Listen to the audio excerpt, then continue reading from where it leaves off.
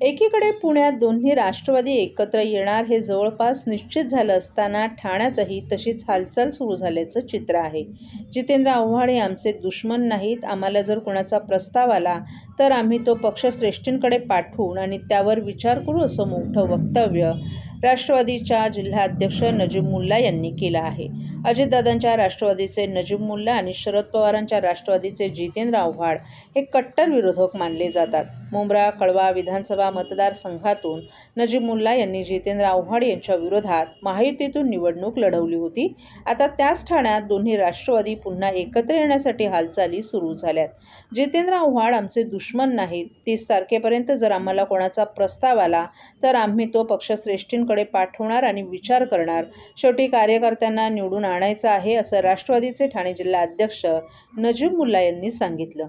ठाणे शहरात जर पक्ष वाढवायचा असेल तर त्यांनी आता विचार करावा, असं सूचक वक्तव्य नजीब मुल्ला यांनी केले. त्यामुळे ठाण्यातील शरद पवार गट देखील आता एक पाऊल पुढे टाकून अजित पवार गटासोबत युतीचा विचार करणार का, असा प्रश्न विचारला जात आहे.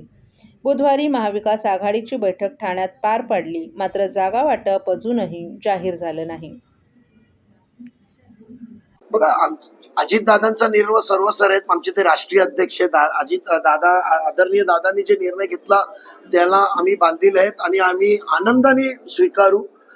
आणि इथे आमचा काय जितेंद्र आव्हाड आमचे शत्रू नव्हे.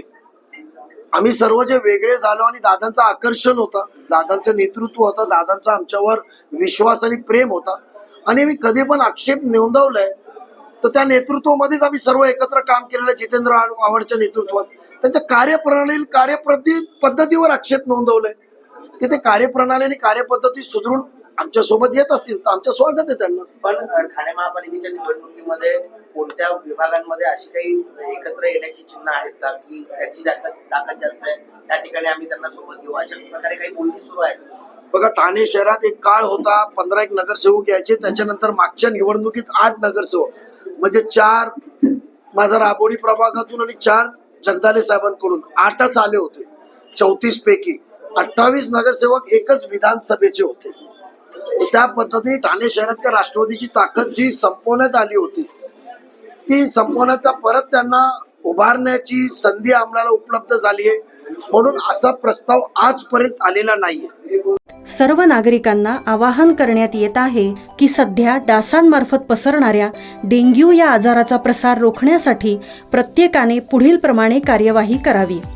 डेंग्यू आजार एडिस इजिप्ती हा डास चावल्याने होतो. या डासांची पैदास साचलेल्या किंवा साचवलेल्या स्वच्छ पाण्यामध्ये होते. 8 दिवसांपेक्षा जास्त दिवस पाणी उघडे व साचून राहिल्यास त्यात डास अंडी घालतात. अंड्यांच्या अळ्या तयार होऊन पुढे डास तयार होतात. यासाठी आपल्या घरातील पाणी साठे, उदाहरणार्थ बॅरल्स, पिंपे, टाक्या, हौद, रांजणे इत्यादी दर आठवड्याला रिकामे करून घासून पुसून कोरडे करून पुन्हा भरावे. 1 दिवस कोरडा दिवस म्हणून पाळावा. पाणी साठ्यांना घट्ट झाकणे बसवावीत किंवा जुनी साडी, चादर, धोतर यांनी बांधून झाकून ठेवावीत, म्हणजे डास त्यात जाऊन अंडी घालणार नाहीत. घराच्या गच्चीवर, आजूबाजूला, अंगणात कोठेही पाणी साचू देऊ नये. भंगार सामान उघड्यावर टाकू नये. उदाहरणार्थ टायर्स, प्लास्टिक सामान, कुंड्या, टाकाऊ वस्तू इत्यादी. अशा सामानात पावसाचे पाणी साठून त्यात डेंग्यूच्या डासांची पैदास होते. घरातील कूलर्स, फ्रीजच्या पाठीमागील ट्रे हे देखील वेळोवेळी कोरडे करावेत. लक्षात ठेवा, नुसत्या फवारणीने डास घनता कमी होत नाही, तर त्यासाठी डास पैदास ठिकाणे नष्ट करणे ही आपल्या सर्वांची जबाबदारी आहे. कोणताही ताप अंगावर न काढता जवळच्या शासकीय रुग्णालयात मोफत औषधोपचार घ्या.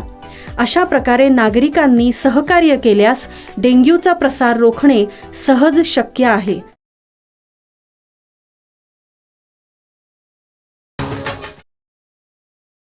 राज्यात महापालिका निवडणुकीचे पडघम वाजण्यास सुरुवात झाली आहे. तसंच उमेदवारी अर्ज वाटप प्रक्रियाही सुरू झाली आहे. निवडणुकीच्या या कामासाठी पालिका प्रशासन सज्ज झालं असून 12,750 अधिकारी आणि कर्मचारी वर्ग सज्ज ठेवण्यात आले आहेत. यामध्ये सर्वाधिक 65% महिला कर्मचारी असल्याची माहिती निवडणूक निर्णय अधिकारी तथा महापालिका आयुक्त सौरभ राव यांनी दिली आहे. त्यामुळे ठाणे महापालिकेच्या निवडणुकीची धुरा तिच्या हाती असणार आहे. ठाणे महापालिका निवडणुकीच्या पार्श्वभूमीवर प्रशासन सज्ज होत विविध कामांना सुरुवात केली आहे. पालिकेच्या निवडणुकीसाठी उमेदवारांना मंगळवारपासून उमेदवारी अर्जांचं वाटप करण्यास सुरुवात झाली आहे. अशातच निवडणूक कामाची माहिती देण्यासाठी पालिकेच्या नरेंद्र बल्लाळ सभागृहात पत्रकार परिषद पार पडली.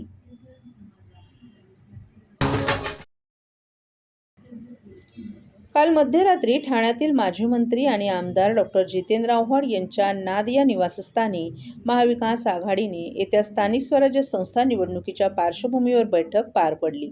महाविकास आघाडीमधला घटक पक्ष काँग्रेस पक्षाला डावलण्याचा आरोप विक्रांत चव्हाण यांनी केला आणि जर आम्हाला महाविकास आघाडी घटक पक्षात न घेतल्यास आमच्याकडे पर्यायी मार्ग देखील आहे असा इशारा ठाणे काँग्रेसचे जिल्हाध्यक्ष विक्रांत चव्हाण यांनी दिला होता. काँग्रेसची ही नाराजी दूर करण्याकरिता काल बैठकीला स्वतः आमदार जितेंद्र आव्हाड, काँग्रेसचे जिल्हाध्यक्ष विक्रांत चव्हाण तर उबाटाचे जिल्हाध्यक्ष केदार दिघे आदी देखील या बैठकीला उपस्थित होते.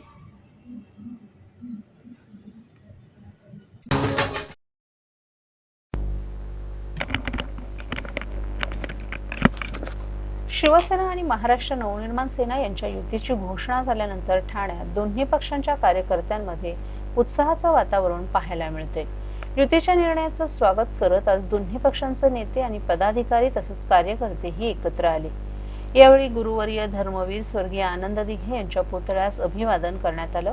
त्यानंतर कोटनाका परिसरातील भारतरत्न डॉ. बाबासाहेब आंबेडकर यांच्या पूर्णाकृती पुतळ्यालाही अभिवादन करून सामाजिक ऐक्याचा संदेश देण्यात आला. आगामी ठाणे महापालिका निवडणुकीच्या पार्श्वभूमीवर शिवसेना आणि मनसेचे पदाधिकारी आणि कार्यकर्ते एकदिलानं काम करतील असा ठाम विश्वास यावेळी नेत्यांनी व्यक्त केला. तसंच ठाणे महापालिकेत दोन्ही पक्षांचे जास्तीत जास्त नगरसेवक निवडून आणण्यासाठी प्रामाणिक आणि समन्वयपूर्ण प्रयत्न करण्यात येतील असंही त्यांनी स्पष्ट केलं. या संयुक्त उपक्रमामुळे ठाण्यातील राजकीय वातावरणात नवचैतन्य निर्माण झालं असून युतीमुळे आगामी पालिका निवडणुकीत दोन्ही पक्षांची ताकद वाढण्याची शक्यता व्यक्त केली जाते.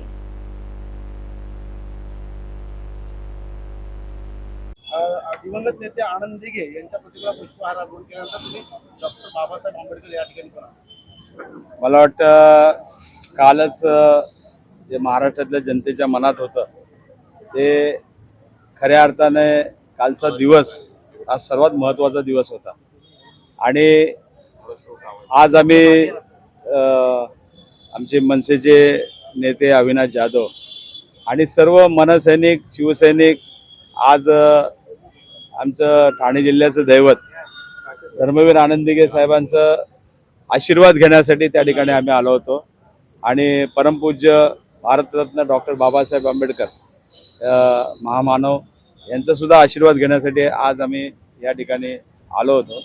तुम्हाला माहिती असेल ही निवडणूक महाराष्ट्रातल्या सर्व महानगरपालिकेत होते. मुंबई असेल, ठाणे असेल, इतर ह्याच्यामध्ये असेल.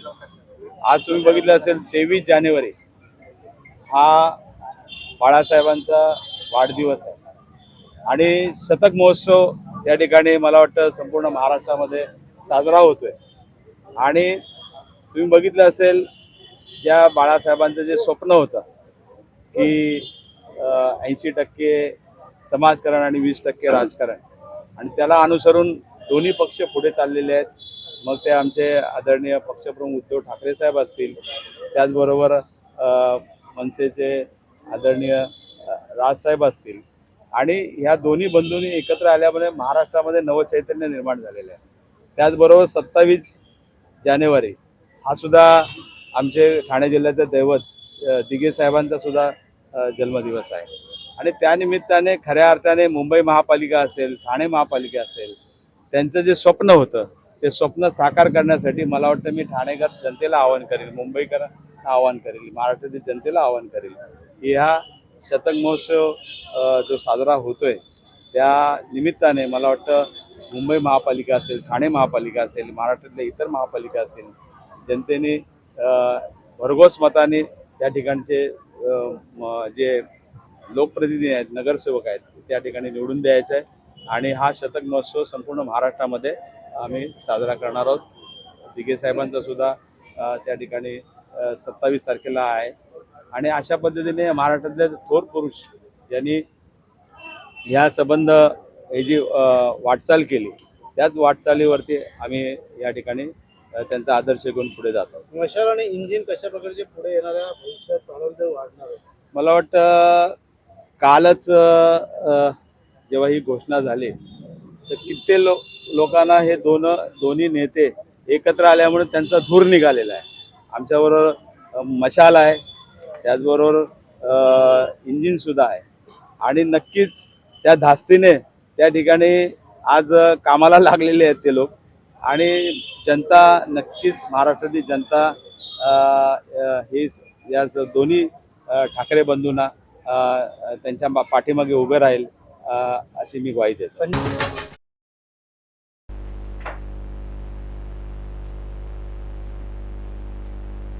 आगामी ठाणे महापालिका निवडणुकीच्या पार्श्वभूमीवर महायुतीतील भारतीय जनता पक्षात पक्षप्रवेशाचं सत्र जोरात सुरू झाले. याच अनुषंगानं काँग्रेसला सोडचिठ्ठी देत मोठ्या प्रमाणात कार्यकर्त्यांनी ठाण्यात भाजपमध्ये जाहीर प्रवेश केलाय. काँग्रेसच्या महाराष्ट्र राज्य सेवा दलचे उपाध्यक्ष शेखर पाटील, संजू शिंदे, गणेश नाईक यांच्यासह काँग्रेस सेवा दलाच्या विविध पदाधिकाऱ्यांनी भारतीय राष्ट्रीय काँग्रेसचा झेंडा उतरवत भाजपची धुरा हाती घेतली. हा पक्षप्रवेश सोहळा ठाण्यातील भाजप कार्यालयात पार पडला. यावेळी आमदार संजय केळकर आणि आमदार निरंजन डावखरेही उपस्थित होते. नव्यानं प्रवेश करणाऱ्या कार्यकर्त्यांचं त्यांनी स्वागत करून आगामी निवडणुकीत संघटन मजबूत करण्याचं आवाहन केलं. भाजपच्या वाढत्या प्रभावामुळे आणि विकासाच्या धोरणांवर विश्वास ठेवून हा निर्णय घेतल्याचं नवप्रवेशित पदाधिकाऱ्यांनी सांगितलं. या पक्षप्रवेशामुळे ठाण्यातील राजकीय समीकरणांमध्ये भाजपची ताकद अधिक भक्कम होण्याची शक्यता वर्तवली जाते.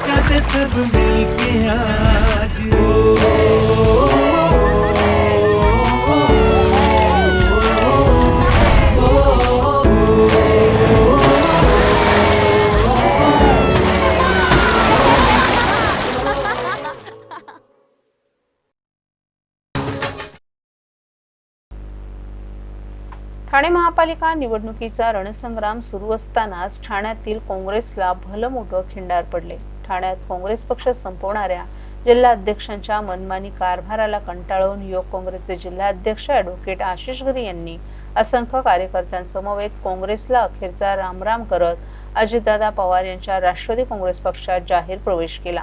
ठाण्यातील राष्ट्रवादी काँग्रेसच्या मुख्य कार्यालयात राष्ट्रवादीचे जिल्हाध्यक्ष नजीब मुल्ला यांच्या प्रमुख उपस्थितीत काल हा पक्षप्रवेश पार पडला.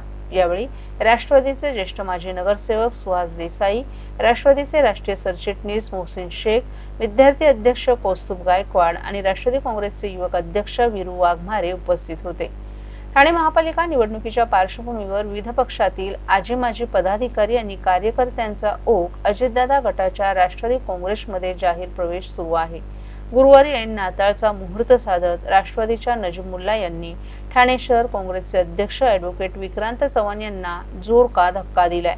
युवक काँग्रेसचे जिल्हाध्यक्ष ॲडव्होकेट आशिष गिरी यांच्या समवेत राष्ट्रवादी विद्यार्थी संघटनेचे जिल्हा अध्यक्ष जितेन गिरी, महाराष्ट्र प्रदेश युवक काँग्रेसचे सचिव तेजस गोपाल, महाराष्ट्र प्रदेश युवक काँग्रेसचे सचिव जयेश पाटील, ठाणे जिल्हा युवक काँग्रेसचे उपाध्यक्ष प्रथमेश क्षीरसागर आणि गोविंदा परदेशी, भाजप युवा मोर्चाचे सचिव अभिषेक मिश्रा, कोपरी पाचपाकडे विधानसभेचे उपाध्यक्ष राजू राय आदींसह शेकडो युवा पदाधिकारी आणि कार्यकर्त्यांनी राष्ट्रवादी काँग्रेसचं घड्याळ हाती बांधले. राष्ट्रवादी पक्षात प्रवेश केल्यानंतर ॲडव्होकेट आशिष गिरी यांनी काँग्रेसच्या जिल्हा अध्यक्षांवर टीकेची झोड उठवली. काँग्रेस पक्षावर आपली मुळीच नाराजी नसून पक्षादेश न पाळणाऱ्या सध्याच्या जिल्हाध्यक्षांच्या मनमानी कारभाराला कंटाळून काँग्रेस सोडल्याचा त्यांनी आरोप केला. तसेच उपमुख्यमंत्री अजित पवार यांच्या कामानं प्रेरित होऊन राष्ट्रवादीत प्रवेश केल्याचंही त्यांनी सांगितलं.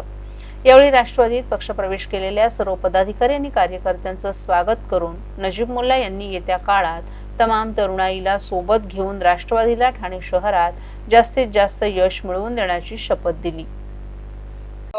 खूप आनंदाची बाब आहे आणि आनंदाचे दिवस आहे की तरुण हे पक्षाची, कुठल्या पण पक्षाची शक्ती असते. जसा सन्मान्य आपले सुभाषचंद्र बोस साहेबांनी सांगितलं हो का, मला रक्त द्या मी तुम्हाला आझादी देईन. म्हणजे त्यांनी संबोधित तरुणांना केलं होतं की तरुणांनी त्यांच्याबरोबर सोडले का स्वातंत्र्य भेटेल, आणि तो सत्य झाला होता. म्हणजे तरुणांची शक्ती तेवढी मोठी प्रमाणावर असते. आज खूप मला आनंद होतो का माझा जुना सहकारी आणि तरुणांसाठी तळपडणारा, काम करणारा, त्यांच्या सोबत राहणारा भारतीय राष्ट्रीय काँग्रेसचा ठाणे शहर जिल्ह्याचा अध्यक्ष आशिष गिरी, त्यानंतर ठाणे शहर जिल्हा विद्यार्थी काँग्रेसचा अध्यक्ष श्यामगिरी, हे सर्वांनी आणि त्याच्या असंख्य, म्हणजे तो आमच्या भोसले असतील, इतर जे असतील, जे प्रदेश कार्यकारिणीवर होते, पण तमाम ठाण्यातील सर्व तरुणांनी भारतीय राष्ट्रीय काँग्रेसला सलाम ठोकून आज ते राष्ट्रवादी काँग्रेस पक्षात प्रवेश केलेला आहे. मी त्यांचं हार्दिक स्वागत करतो. ही एक सुरुवात आहे ठाणा बदलण्याची, ठाण्याच्या विकास कामांची आणि एक नवीन दिशा देण्याची. आणि नक्की मी त्यांना एवढा शब्द देतो का विश्वासाला तडा देऊ जाणार नाही. जे ठाण्याच्या विकासाचा ध्येय आम्ही घेऊन एकटे चलोऱ्याचा नारा देऊन आम्ही निघालेलो आहे, नक्की यश देव आम्हाला आमच्या चरणी देऊया. आणि ठाणेकरांची आशा, ठाणेकरांचा विश्वास आणि ठाणेकरांना ठाणा बदलण्याचा दूरदृष्टिकोन नक्की आम्ही साधणार, हे विश्वास मला आणि तमाम तरुणांवर आहे. आणि आज सर्वांचं मी त्यांचं स्वागत करत आहे.